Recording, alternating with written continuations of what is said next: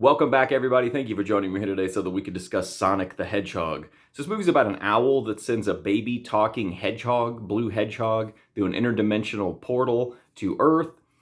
There he kind of gets his own crib, grows up a little bit, he watches TV, hangs out, runs around really fast. He's developed a kind of parasocial relationships with the locals. He can't directly interact with them, but he watches them. Like, he really likes the sheriff. He calls him the Donut Lord.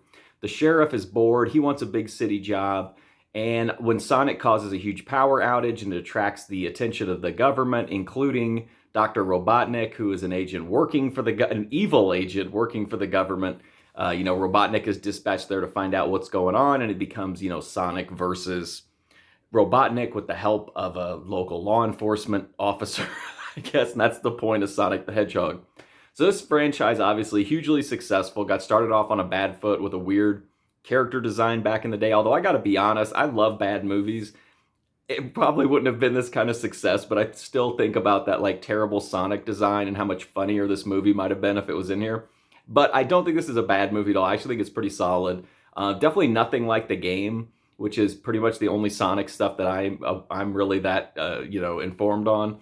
But I didn't really care for him like interacting with the humans. I kind of just that didn't click with me very well. I thought it was all just kind of, it's not that it was bad, it just didn't feel like Sonic. It was just kind of a generic kids movie with Sonic the Hedgehog and then a few Sonic things. But as a movie overall, I thought it was okay, especially for a kids movie. I mean, it's just got beautiful colors, tons of interesting special effects, tons of stuff that you can get soaked in by and like kind of distracted by to remind you that the story's not all that great here.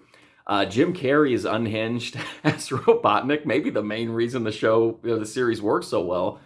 He just really goes all in, goes over the top, really, really brings home the role, and his performance feels like a character from the video game. So I do wish it wasn't so much about just like a human story that happens to have Sonic in it, but it is what it is. I thought it was okay, certainly decent and watchable, and that's my review of Sonic the Hedgehog. If you want to check out more, I've got more movie reviews right here on YouTube and a movie review playlist. But until then, thanks for watching this one. I do greatly appreciate it, and hopefully I'll see you soon.